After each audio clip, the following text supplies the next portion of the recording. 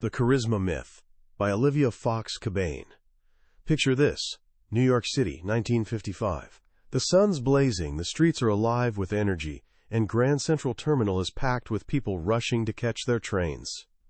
In the middle of all this chaos, a woman walks down to the subway platform. She's dressed simply, nothing fancy. She waits for the train, boards it, and tucks herself into a quiet corner. Nobody gives her a second glance. Not one person. She's just another anonymous face, completely invisible. Her name is Norma Jean Baker. But then she steps off the subway and back onto the busy sidewalks. She turns to the photographer beside her and asks, with this mischievous little smile, "Do you want to see her?" And then, everything changes. She doesn't do much, really, just touches up her hair a bit, shifts how she's standing. But in that instant, it's like a wave of electricity radiates from her. Time almost seems to pause. The people rushing past her actually stop. They blink, as if suddenly waking up, and this wave of recognition sweeps through the crowd. It's her. It's Marilyn Monroe. Within seconds, she's completely mobbed by adoring fans. The energy is so intense that her photographer has to literally push through the crowd to rescue her. So what just happened? How did Norma Jean Baker, the invisible woman on the subway, transform into Marilyn Monroe, the magnetic icon? It wasn't magic. It was a choice. She decided to turn on her charisma, like flipping a light switch. This single moment reveals something profound and life-changing. It's a secret that author Olivia Fox Cabane explores in her fascinating book, The Charisma Myth. For centuries, we've assumed that charisma is something you're born with, a mysterious quality that some lucky people just have. We look at figures like Bill Clinton or Steve Jobs and think, they're just naturally like that. But what if we've been wrong this whole time? What if charisma isn't a gift at all, but rather a science? A collection of specific, learnable behaviors that anyone, and yes, I mean anyone, can master. That's the bold promise of this book.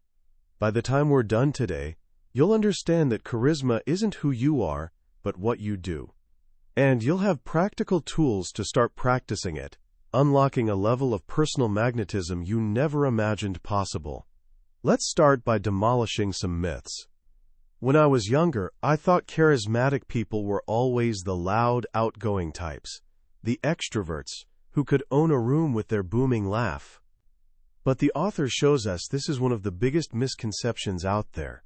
In fact, some of the world's most charismatic people are introverts. They don't command a room with volume. They command it with presence. Another myth? That you have to be physically attractive. Sure, good looks might help a bit, but they're absolutely not required. Think about Winston Churchill. Not exactly a Hollywood heartthrob, but his words and presence moved an entire nation. Charisma is what makes you attractive, not the other way around. The most important myth to shatter is that you need to completely change your personality. You don't.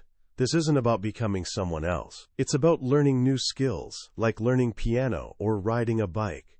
Sure, it might feel awkward at first, but with practice, it becomes natural. So if it's not magic, what is it? Olivia Fox Cabane breaks charisma down into 3 essential components. If you remember anything from today, remember these 3 words: presence, power, and warmth. Let's start with presence, because it's the foundation for everything else. Have you ever talked to someone and just known they weren't really listening? Their eyes are kind of glazed over. Their mind is clearly elsewhere, maybe thinking about what they'll say next, or what's for dinner. How does that feel? Pretty awful, right? Unimportant, annoying, ignored. We think we can fake listening, but we really can't. The human brain is incredibly fast.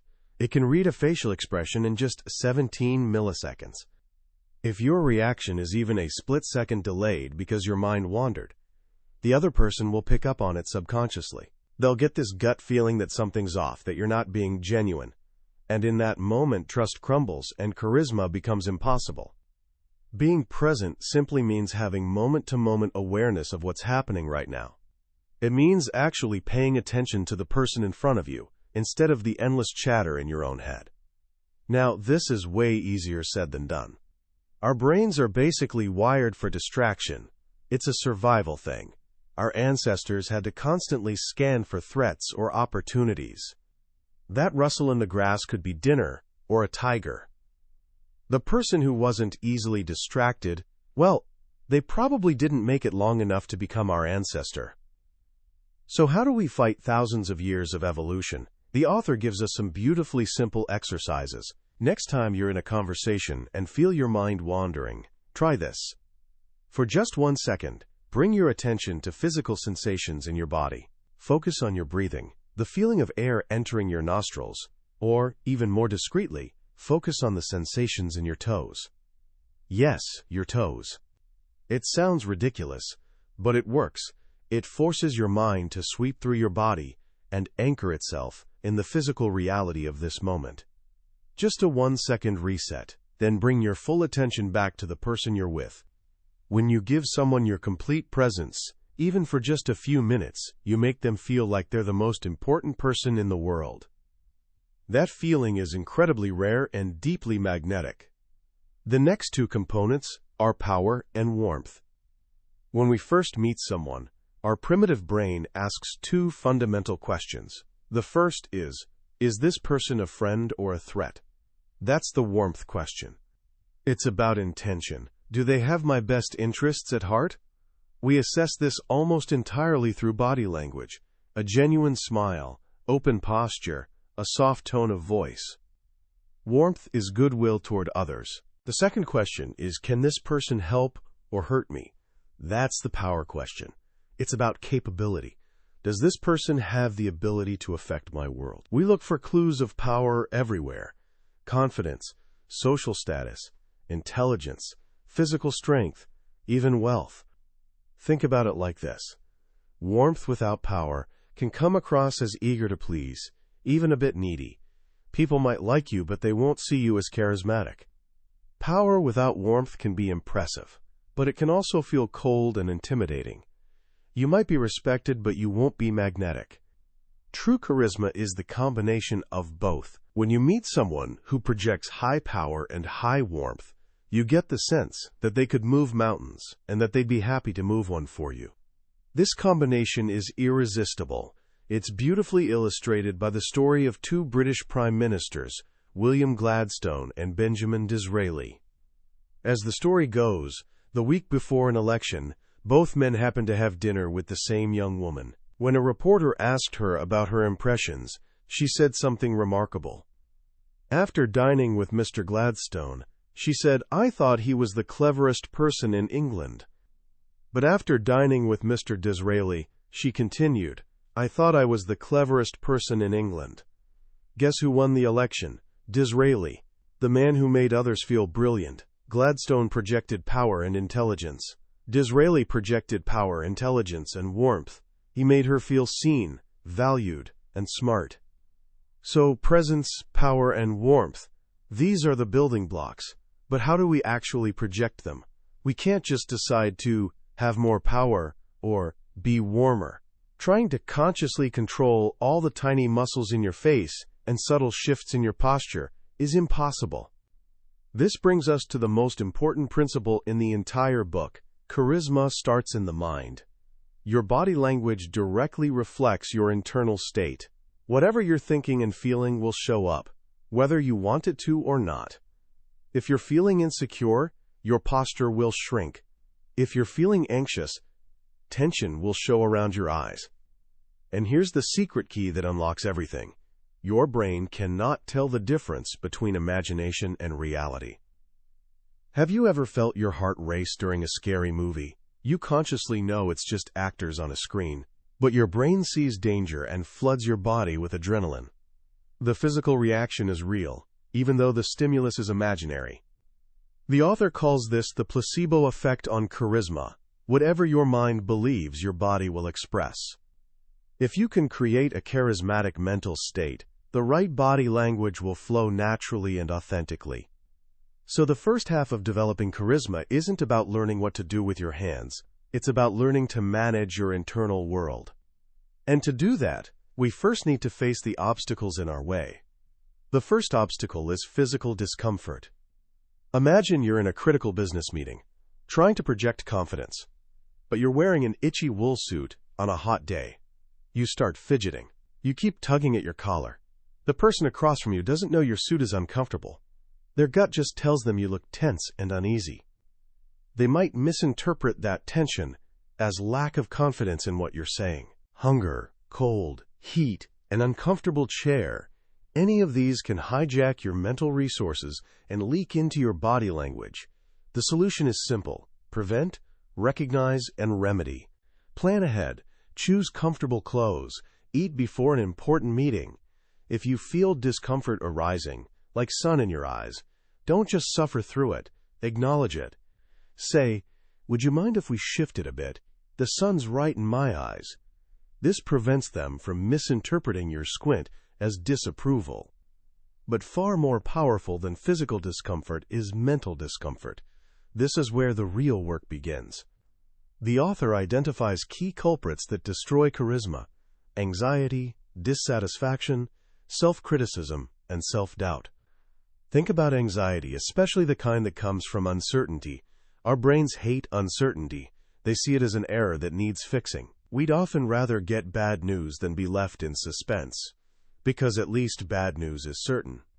This discomfort with the unknown makes us anxious, and that anxiety leaks through our body language, making us seem less present and less confident. So what do?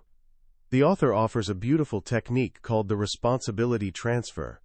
Find a quiet moment, close your eyes, and take a few deep breaths. Now imagine a benevolent, all-powerful entity, God, the universe, fate, whatever feels right to you. Visualize lifting the weight of all your worries, the outcome of this meeting, this project, this relationship, off your shoulders and placing it onto theirs.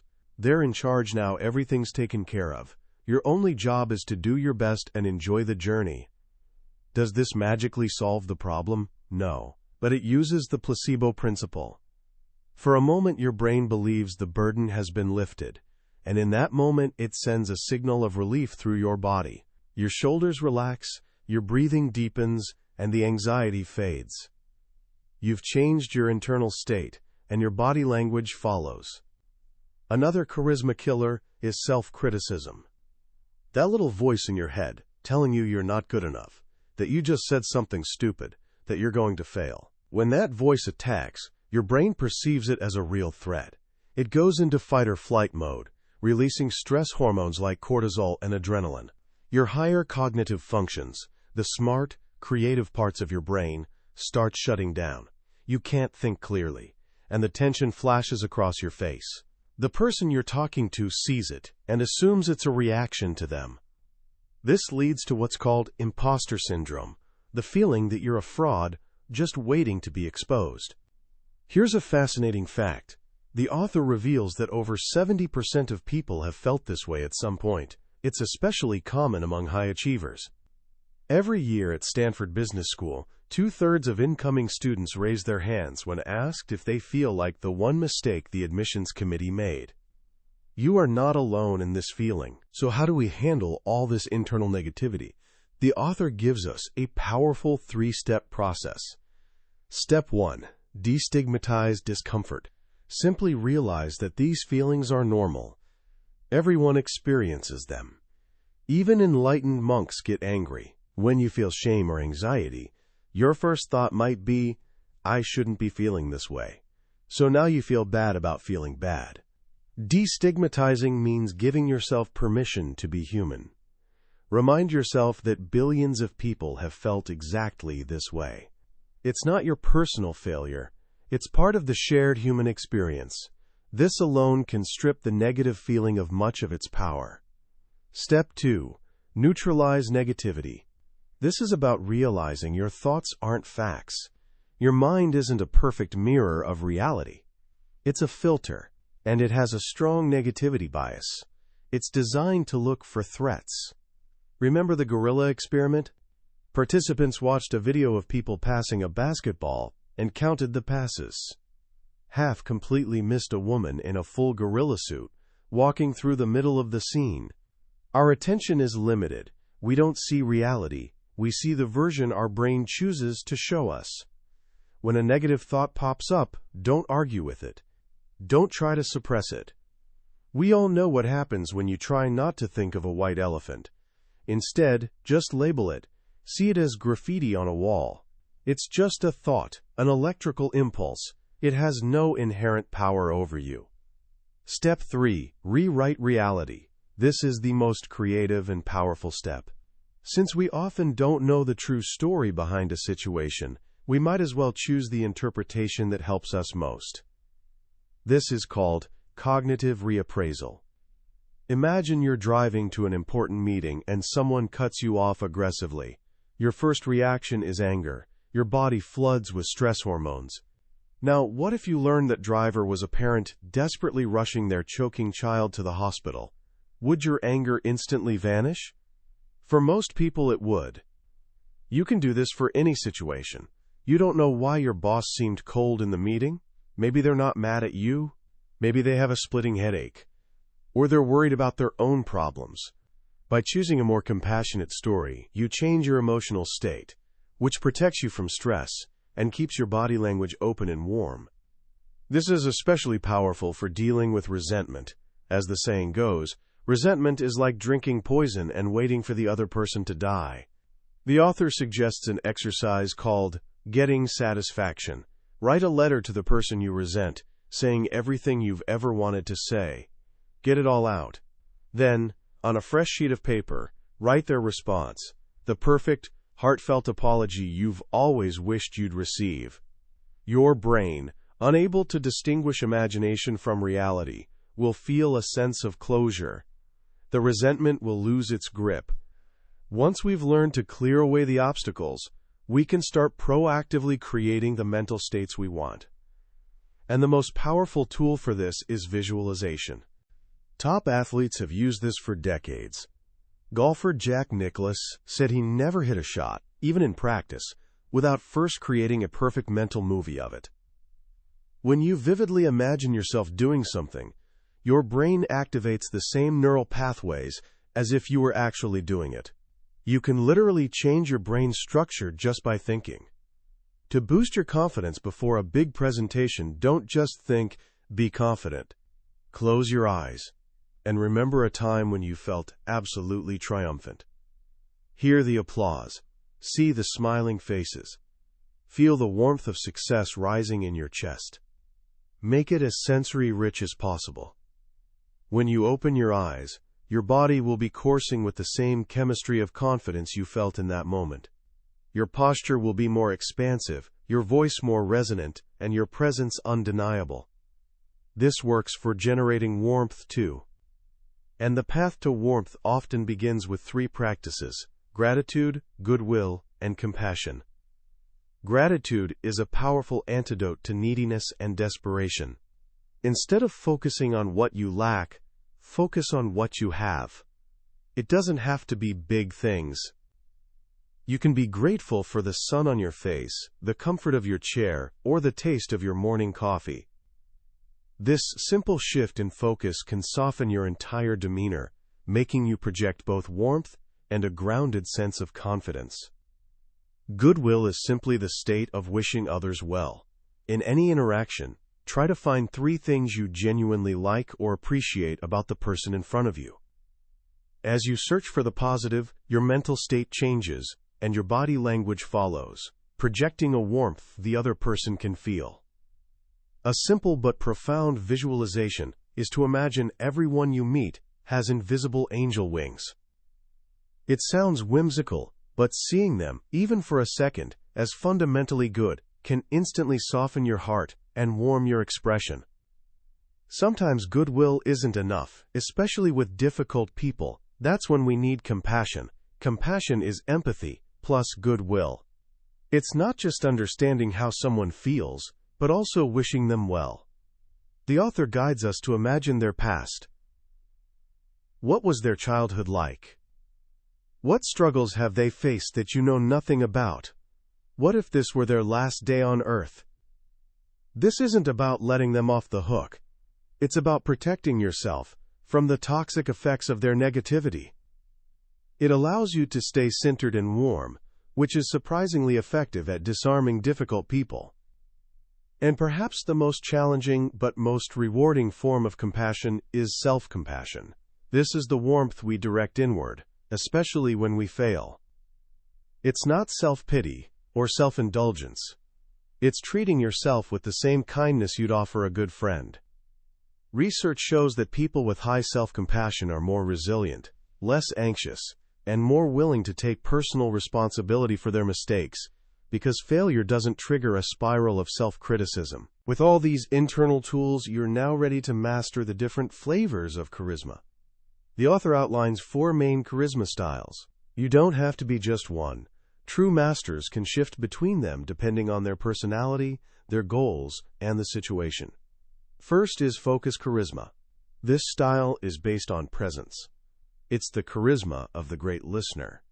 Think of Elon Musk, an introvert who, when he emerges from behind his work, gives you his complete, undivided attention. This style makes people feel heard, respected, and understood. It's incredibly powerful and a great starting point for anyone, especially introverts. Second is visionary charisma. This is the charisma of Steve Jobs. It's about projecting absolute belief and conviction in a bold, inspiring vision. Visionary charismatics don't just sell a product, they sell a better world. They tap into our deep discomfort with uncertainty and give us something solid to believe in. This style inspires passion and loyalty.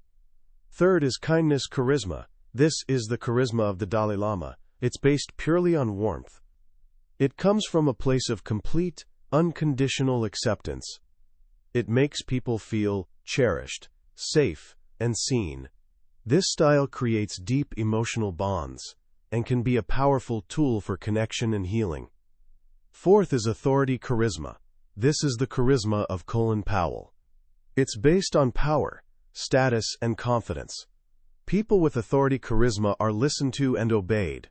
We're hardwired to defer to authority, and this style commands respect. The key is finding the style that best fits your personality, and then learning to sprinkle in elements of the others. An authority figure who can show kindness is far more effective. A visionary who can also be present and listen is far more inspiring. Finally, we put it all into practice with the externals, the things people see and hear. It starts with first impressions. They happen in seconds, and are incredibly hard to reverse. The golden rule is simple. People like people who are like them. This goes back to our tribal instincts. So pay attention to the tribal wear. Dress appropriately for the environment. You wouldn't wear a suit to a tech startup, and you wouldn't wear a hoodie to an investment bank. And then there's the handshake. A bad handshake, the dead fish, the knuckle cruncher, can kill a first impression before a single word is spoken. A good handshake should be firm, with full palm contact, and accompanied by warm eye contact. It's a small detail that makes a huge difference.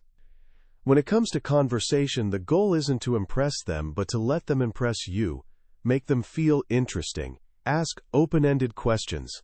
Keep the spotlight on them. As Disraeli said, talk to a man about himself, and he will listen for hours.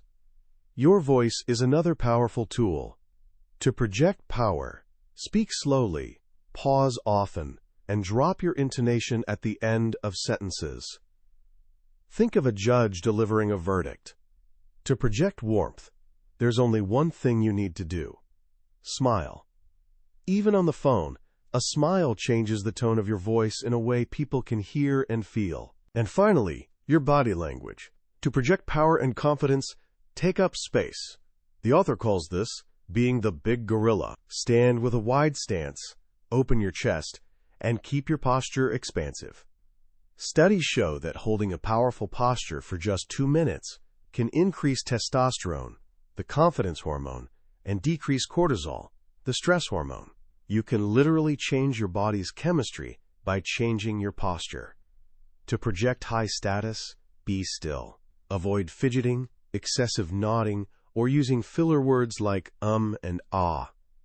This stillness, or poise, conveys a deep sense of self-assurance. As you master these skills, you'll find your life beginning to change. People will be more drawn to you. Your ideas will be heard. You'll become more influential. But the author wisely concludes with a chapter on the charismatic life and its challenges. With charisma comes responsibility. You'll become a magnet for praise, but also for envy. You'll need to learn to share the glory and transfer credit to others to keep them on your side. People may also feel so comfortable with you that they reveal more than they should, and may feel shame later. You have to learn to gently guide the conversation to protect them. And finally, you'll be held to a higher standard. People will expect more from you. The antidote is to show your vulnerability. Admitting a minor flaw or a moment of uncertainty doesn't diminish your charisma. It makes you more human, more relatable, and ultimately more likable. As we come to the end of our journey through the charisma myth, I want to leave you with a final thought. Of all the powerful ideas in this book, the one I believe is truly life-altering is the shift from seeing charisma as an identity to seeing it as an activity. It's not about being charismatic. It's about doing the things that create a charismatic experience for others. This is incredibly empowering because it means charisma isn't some exclusive club you have to be born into. It's a path open to every single one of us. The core of this path, as Olivia Fox Cabane so brilliantly lays out, is mastery of your own internal world. Before you worry about where to put your hands or how to modulate your voice, you must first learn to quiet the storm inside. The anxiety, the self-doubt, the inner critic, these are the true enemies of charisma. By learning to destigmatize these feelings, neutralize their power, and rewrite the stories we tell ourselves, we lay the foundation upon which everything else is built. The practical tools in this book are like a master craftsman's toolkit. Visualization isn't just wishful thinking. It's a way of rehearsing for success at a neurological level. Gratitude and compassion aren't just nice sentiments. They're chemical triggers that change your physiology and broadcast warmth through every fiber of your being. And the physical postures aren't about faking it till you make it. They're about using your body to send new instructions back to your brain, creating a positive feedback loop of confidence. So where do you begin? It can feel overwhelming, I know, but you don't have to do it all at once. Here are 3 simple things you can start doing today. First, practice presence.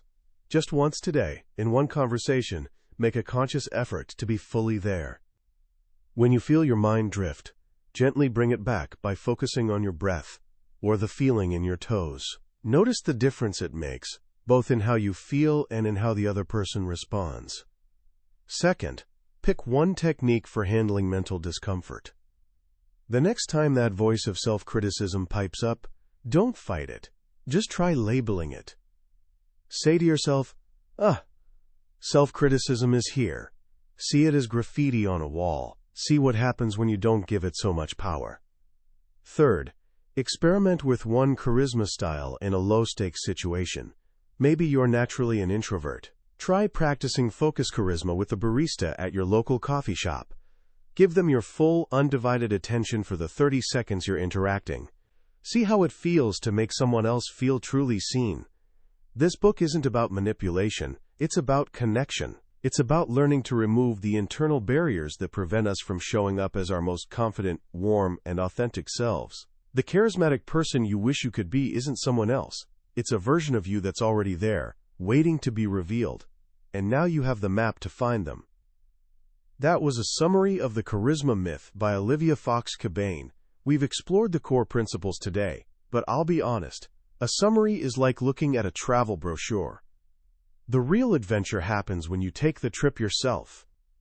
The true magic of a book like this happens in the quiet moments of reading, when a particular story or simple idea connects with you in an unexpected way. This summary is your map, designed to help you decide if this is a journey worth taking. If anything we've talked about has sparked something inside you, I encourage you to grab a copy. Reading it isn't just about learning. It's an experience that can genuinely change the way you see yourself and the way you walk through the world. A link to the book is in the description below. Also, if you found this summary valuable, please hit that like button. And be sure to subscribe to the channel so you don't miss our next journey into another life-changing book from the billionaire's bookshelf. Your support means the world and allows us to keep exploring these incredible ideas together. Let's keep growing.